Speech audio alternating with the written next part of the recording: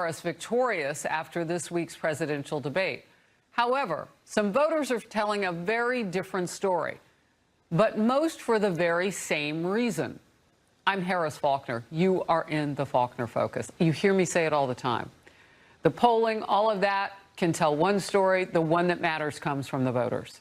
Many voters, including our very own Voters' Voices panel yesterday, say that the vice president was not convincing on their very top election issue, the economy. Overall inflation may be easing, but the prices of things are under deep pressure from years of high inflation under Biden-Harris. And it's not helping Americans who are crushed beneath the weight of all of that.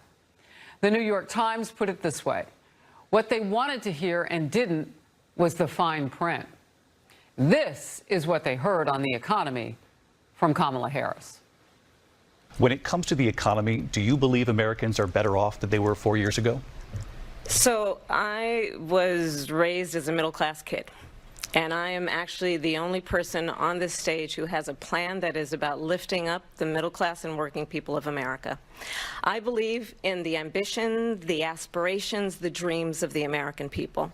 And that is why I imagine and have actually a plan to build what I call an opportunity economy. Reuters spoke with 10 voters who say they were undecided before the debate. 6 of them now say they are backing or leaning toward former President Trump. 3 say they will vote for Kamala Harris. 1 is still not sure. Half of them, however, said they found Kamala expert pollster Lee Carter, who joined me yesterday with this. What was she really going to do for the economy? What was going to be different about the economy under her than it would have been under Biden? They're looking for answers on the economy. They want to hear that things are going to get better for them. And they also want change from what's happening right now. And I think one of the most important things they were looking for last night from Kamala Harris is, how are you going to make it different? Well, she was spot on when it came to our guests on the panel. I'm looking into the job market, I'm looking into the economy of housing prices, cost of food, and for me at this point, it's not really about which candidate is the most poised or which candidate I like the most. It's about what the next 4 years will look like, and I do think that the economy under Trump was a lot stronger. Kamala was presenting herself as the candidate of change, but of course, she's a reflection which the majority of the country disapproves of how they've handled the economy. Senior White House correspondent Jackie Heinrich with more. Jackie. Well, Harris, National Economic Council advisor Lael Brainerd put out a statement yesterday saying the country is turning the page on inflation after the CPI report showed inflation rose 0.2% in August. But Vice President Harris did not take that question head on in the debate about whether or not Americans, in her view, are in fact better off than they were 4 years ago. And now her surrogates are being asked why. She recognizes that the costs your average American face are a concern and has taken steps to address it and has record and vision for our economy. And yes, that's a challenge for us to connect with the average voter. The Heritage Foundation, a prominent conservative think tank that has gained notoriety this election cycle, especially from Democrats targeting them for Project 2025, has created an inflation calculator that is showing Americans how much their personal expenses have increased. Couple the higher prices on everything you're buying with the fact that real wages accounting for inflation are.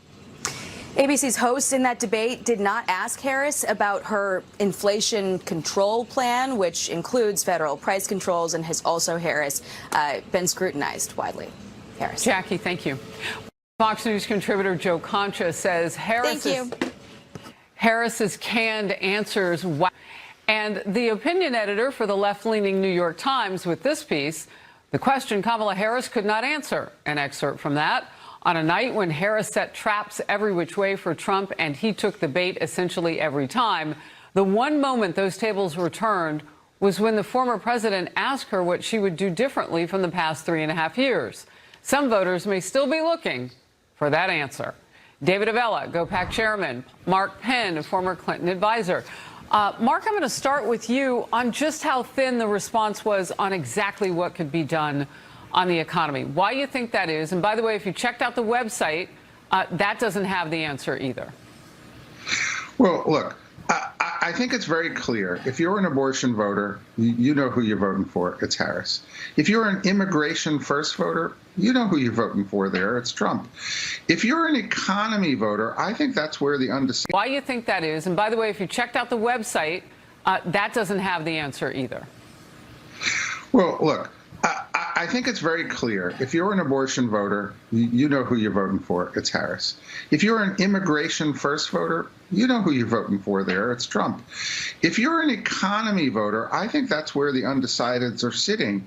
And they're waiting to see, well, does Harris have any plan or experience for the economy? And they're sitting there and they say, I may not like Trump when they know that Harris has no direct experience in the economy in her entire life. Well, and the public also knows how they feel right now, and she and her boss have been in office for 3.5 years. So Trump asked the right question. What are you going to do differently? I'm curious, yes or no, real quick, and we'll move on.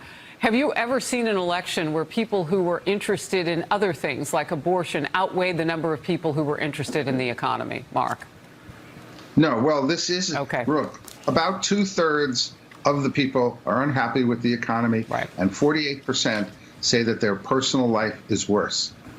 Okay, despite overall inflation slowing down, new numbers now show how much people are suffering under very high prices. On essential things, everybody needs food. You got to have shelter. And then along with that, if you're driving to get to anywhere for work or wherever you're going, you're going to need auto insurance. And if it's hot or cold where you live, you're going to need energy. All are up by double digits since Biden took office. So this is the Biden-Harris administration handing us these things. Here's Harris. The vice president has not been able to convince Americans that Bidenomics is a good thing, that it will ultimately help us move forward. And what she is offering, and she talks about her value set, what she's offering is more of the same, more higher taxes, more regulations, more things that make us less a free market capitalistic society, and more redistribution of wealth. And let's put that in real terms. I will not win as many races probably in my career as Mark Penn. That said, under her system, we should get paid the same. There should be fairness. And if I can't make as much as Mark, despite the fact that he wins more races, we should just redistribute what he makes and give it to me. Now, that would be advantageous for us. I could be maybe persuaded that she has a good idea. But for most Americans, that's not going to sell. They want their hard-earned efforts to be rewarded. They don't believe there is a pie that has to be distributed. They know the U.S. economy can grow. It has our entire history. And not once in the history has ever worked. Wow. All right. Well, Mark, I guess you're going to be giving away some free income according to that. Good luck with that, Mark. All right. So this is another big question for the hour. Will we see another debate? The day after the first one, both sides were showing major politeness just hours after that heated contest. Former President Trump and Vice President Kamala Harris shook hands again at a 9/11 remembrance ceremony in New York. President Biden even wore a Trump hat. The White House called it. I think the American people would like to hear more from both of them about what will you do to make us safer and stronger at home and abroad. And I think she should accept an invitation from Fox to come on and debate President Trump. Well, we appreciate that and agree. A big focus, the first debate, was the fact-checking both live and after the fact that we had our eye on. We know the moderators pushed back on former President Trump 5 times and on Vice President Kamala Harris 0 times. We fact-checked her, but they didn't. Time magazine was also forced to take back a so-called fact check of its own. That media outlet claimed Trump's point that Kamala Harris supported transgender surgeries for illegal immigrants in prison was false.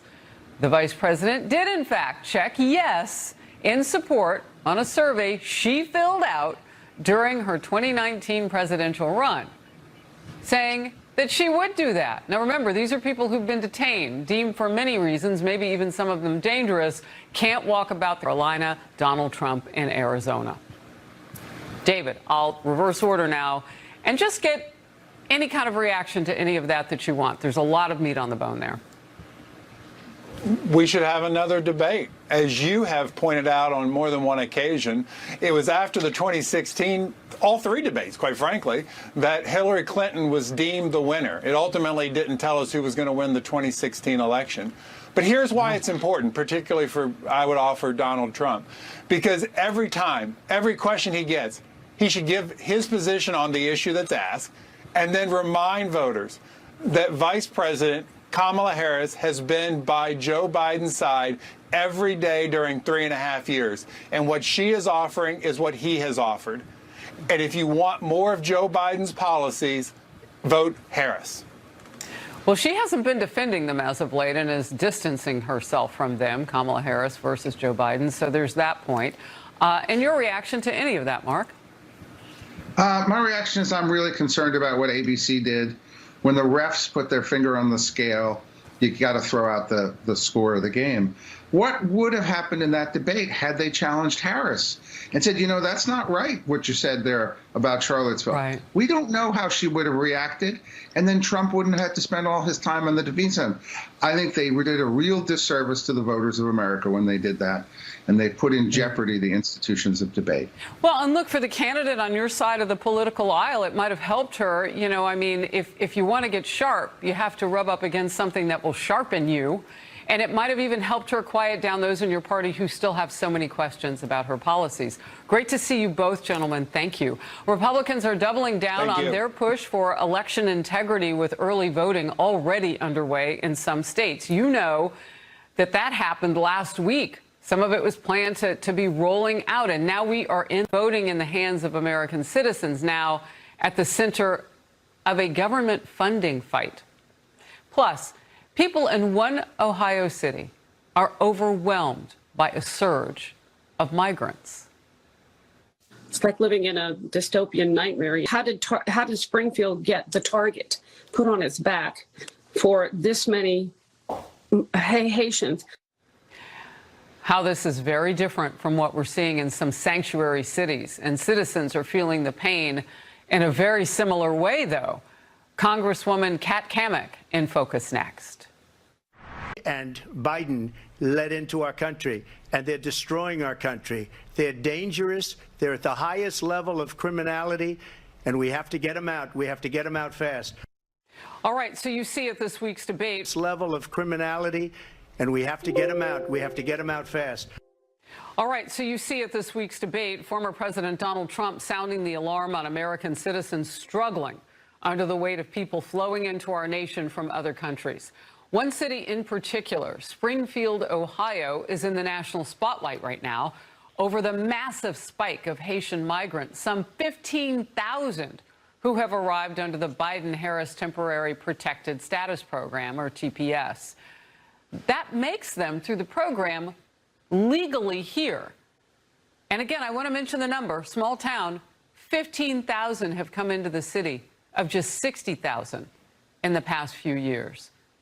Ohio Governor DeWine actually has announced in the last 24 hours that he is going to send $2.5 million along with a boost in law enforcement on the ground to help that community manage an untenable situation right now.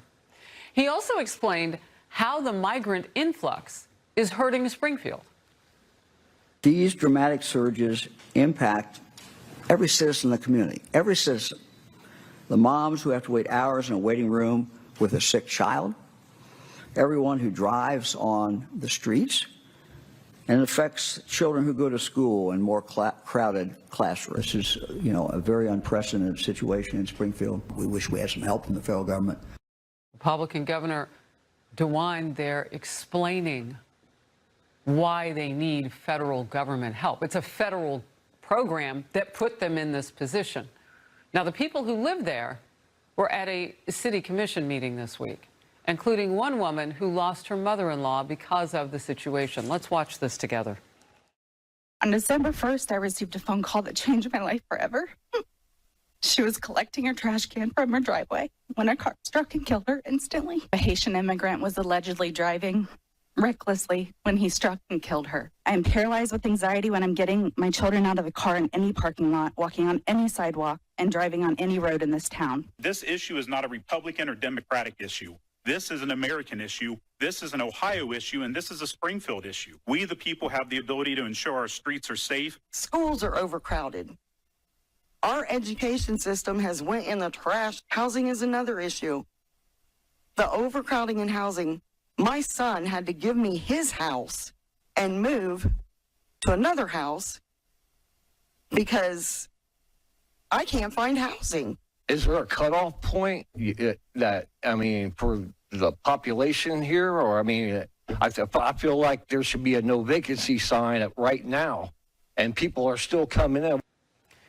I want to make a point really clear here. This isn't exactly the same thing that other cities far from the border are seeing, where, you know, Democrats have accused Republicans for busing people in. This is through a Biden-Harris administration. Remember, he put her in charge of the border. A Biden-Harris administration special program for Haitians at this time. So they are looked upon now as being legally in our communities, particularly Springfield, Ohio. Now, that's important to note, because if one side starts pointing fingers at the other, Democrats to Republicans as they have, don't you dare let them get away with they were bused there, because they weren't. Many of them want to stay in that community. They have jobs. But the collision of population in Springfield and people who are not, in many cases, licensed to drive, and that was an issue in that woman's mother's case. Those are the things that are coming up, a lack of resources, that sort of thing. Republican Congresswoman Kat Cammack of Florida, member of the Energy and Agricultural Committees, is also on the select subcommittees on the committee on the weaponization of the federal government. Congresswoman Cammack, I want to first of all, because we've been talking about this issue of immigration for so long, set the table, if you will, for us of why this now is so important to so many Americans in different positions across the country. Well, Harris, you've heard me say it so many times before. Every town and city, every state in the country is a border town because of the open border policies. But as you rightfully pointed out, this is a program that the Harris-Biden regime have stood up, implemented, and are now setting up across the country. And just to give you some perspective about why this is so critical, that we're pointing out that this is an authorized legal program under this administration, it's that they're not just putting them in schools and putting more pressure on all the healthcare systems and community services. There are cities, and this is so scary. They are not only giving them these services, they're now giving them jobs as law enforcement officers. That is why I had to drop a bill last week, the Citizen-Only Policing Act, because they are now allowing people under these programs to serve as gun-carrying sworn officers of the law. Keep in mind, these people are in the country illegally, and that is what is so crazy to me. And another fine point to put on this that everyone should be upset about is that collectively, we spend $42 billion of taxpayer money every single year on people in this country who have been brought in through the Harris-Biden regime or have crossed the border illegally. So, as a comparison, homeless veterans only get $3 billion. Wow. Let that sink in. Making them law enforcement, I mean, they're not U.S. citizens. From what I'm understanding, some of them may be looked upon as legal in this country, but that doesn't make them citizens. All right, let's get to this. House Speaker Mike Johnson is now going forward, pushing hard to include a measure requiring proof of citizenship to vote in a bill to prevent a government shutdown. And Republicans laid out why that measure is so important. I want any member of Congress in either party to explain to the American people why we should not ensure that only U.S. citizens are voting in U.S. elections. If Americans are going to remain in control of their own government, for heaven's sakes, we should let only Americans vote in our elections. Thank you. If we do not show the American people that the elections are going to be fair and they're going to be satisfied with the outcome, you are going to have hell to pay in this country. Well, the former president, the nation's 45th president, also shared his thoughts in making them clear. He posted, if Republicans in the House and Senate don't get absolute assurances on election security, they should in no way, shape, or form go forward with a continuing resolution on the budget. Congresswoman, your take. Well, listen, 82% of Americans agree that non-citizens should not be voting in U.S. elections. It's a common sense measure, and I cannot stress enough that it is really at the peril of my colleagues on the other side of the aisle that they don't adopt this. If I hear one more time, well, it's illegal that non-citizens vote in elections, well, guess what? It's also illegal to cross the border, and yet they seem to have no problem with that, and they've allowed 10.5 million people to come into this country illegally. So if they have no objection, then why not pass the bill? What are they scared of? And that's the message that needs to go out. If we are serious about election integrity, we have to pass the SAVE Act. But real quickly, well, why wouldn't they? I mean, you're talking with people on the Hill. You're talking with people on the left on the Hill. What are they telling you? Are there reasons for not wanting to sign something that they say should already be happening? But if it's not, you got to sign a bill. Well, it's the same thing that we've heard when we ask for photo ID in elections to verify that someone is who they say they are. They say it's voter suppression. Now, we all know that's nonsense. And again, the majority of Americans can see through all the smoke and mirrors of all that messaging that comes from the left. So I, again, cannot stress that if people want to feel secure in the elections going into November, that we have to ensure that it's only American citizens voting. And that is not a Republican issue, a Democrat issue, an independent issue. That is an American issue. And again, I've heard from so many of them, well, it's already illegal. Well, again, I stress there are other things that are illegal that are happening under their watch. Exactly, exactly. And we have proof that it is happening. Right. At least there's a law against that, but still people do it. I've never been able to board a plane without showing an identification that had my picture on it. And now they're doing digital verification of your eyes and your face to whatever document you give them. Congresswoman, it is great to see you. Thank you very much. 54 days until Election Day, and voters say it is time for Democratic nominee Kamala Harris to speak up. More interviews about what specifically her record is. I feel like she doesn't really have a political stance on a lot of things. I guess I'm really just waiting to hear what else she has to comment on, because I haven't really heard much else. Well, Kamala Harris says she will face the media. Remember, she's the only person on this stage who has prosecuted transnational criminal organizations for the trafficking of guns, drugs, and human beings. Now, that was then, but now she seems wholly unbothered by the trafficking of guns, drugs, and human beings across the southern border and the suffering her own open border policies is causing. I know you have a little girl in your family. Imagine somebody undressing her. Maria was so covered in bruises, I had to go and shop for a funeral dress for her to cover the damage that that man did to her. There are no words that describe the heart-wrenching, soul-crushing pain of losing your child so horrifically. I went to the funeral home because I had to decide if we could do an open casket. I made one tragic mistake, and it took his life. Our firstborn son, my everything. Hello, xin chào các bạn đã đến với kênh YouTube của mình. Mình rất là ngoài tô mò trong một chiếc đồng hồ treo tường nha, dùng để trang trí nhà cũng được. Và bây giờ mình sẽ hướng dẫn các bạn cách để tô màu luôn, nên mọi người hãy theo dõi mình nhé. Ok.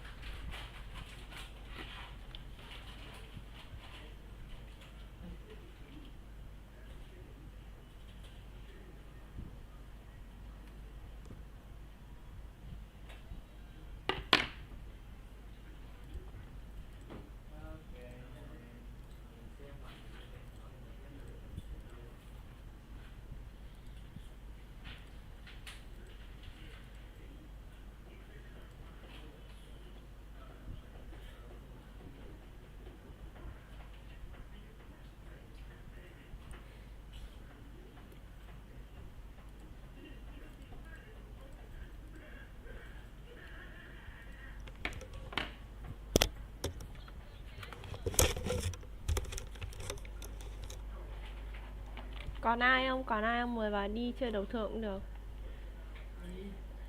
Đủ. Ơi, sắp đủ tiền mua khẩu serif ấy rồi. Serif của Z. Serif của Z đi.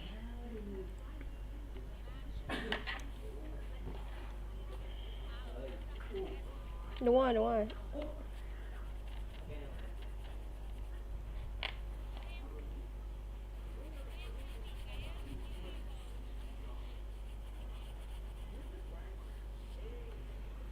Thử tim nó vào cái yêu thích ý. Xong rồi chọn cái random yêu thích ý. Hình như là nó được hay sao ấy.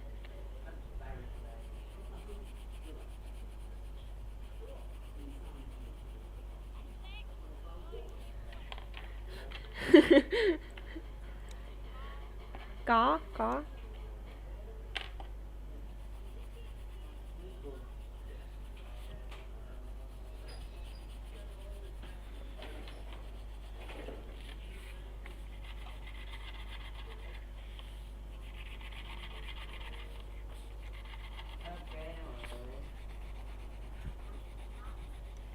Đó, mọi người hãy comment cho mình nha.